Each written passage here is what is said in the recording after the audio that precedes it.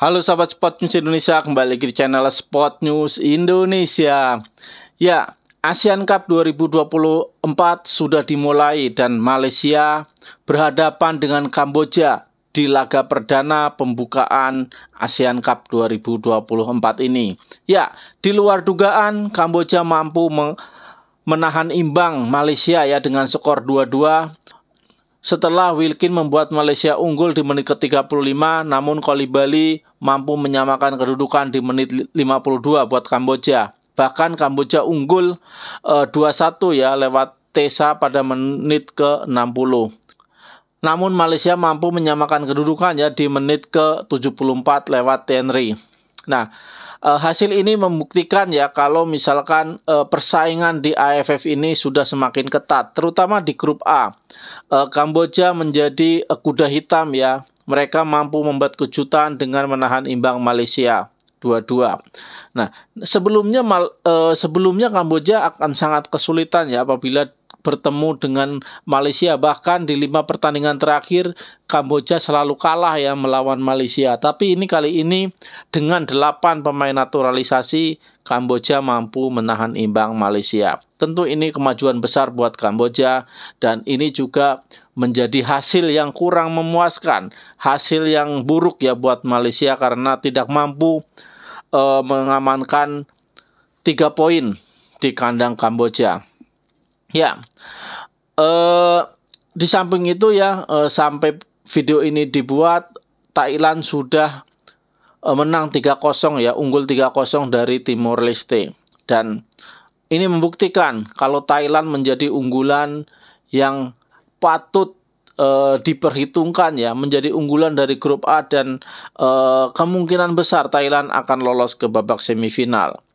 Karena di grup A ini sebenarnya kan tadinya pot 1 ada Thailand, pot 2 ada Malaysia, pot 3 Singapura, Kamboja, langsung Timor Leste. Namun kali ini Kamboja mampu membuat kejutan dengan menahan imbang Malaysia.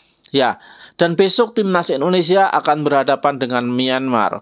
Ya, Myanmar juga sama.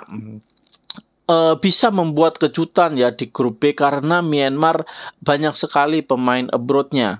Banyak sekali pemain yang bermain di Liga Thailand, di Liga Malaysia dan di Liga Kamboja. Ini akan memberikan perubahan ya, memberikan impact yang sangat besar buat timnas Myanmar. Karena tentu liga-liga di Thailand, liga di Malaysia dan lebih baik daripada liga di Myanmar. Nah, harapannya sih Indonesia mampu ya untuk mengatasi perlawanan dari Myanmar. Karena walaupun timnas Indonesia diperkuat oleh tim under usia 22 tahun, namun timnas Indonesia ini adalah pemain-pemain inti di klubnya masing-masing. Ya, ini mewakili dari wajah BRI Liga 1.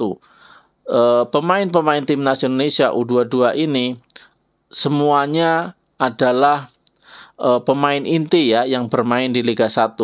Kecuali misalkan seperti Arhan itu emang broad kan, Ronaldo Kuate itu emang broad bermain di luar negeri, walaupun mereka memang di luar negeri tidak menjadi pilihan utama, kecuali Asnawi Mangko Alam dan Rafael Struijk. Dan mudah-mudahan timnas Indonesia tetap mampu ya untuk mengatasi timnas Myanmar karena memang timnas Indonesia ini tidak diperkuat oleh tim utama di skuad senior. Karena ya seperti kita ketahui Piala AFF ini tidak masuk dalam FIFA Matchday, jadi akan kesulitan untuk memanggil pemain-pemain kita yang bermain di luar negeri. Tetapi itu bukanlah alasan.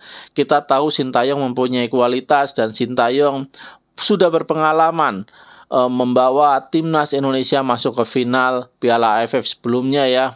Saat timnas Indonesia juga diperkuat oleh pemain-pemain muda ya.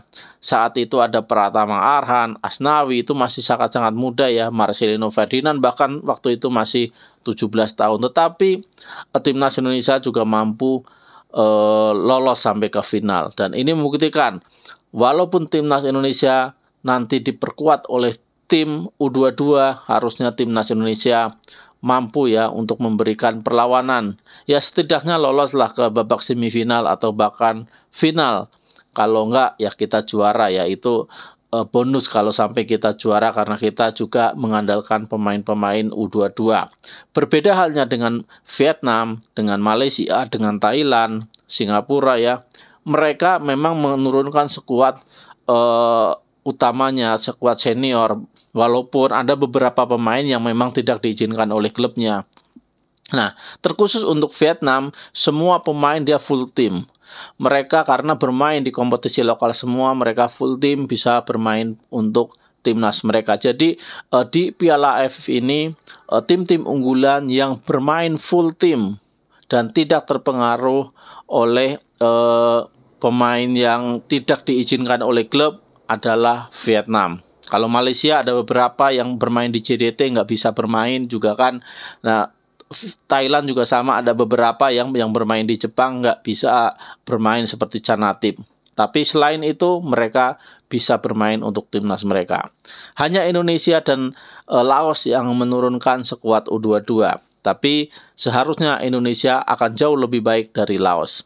Dan mudah-mudahan besok Indonesia mampu mengalahkan Myanmar. Salam olahraga.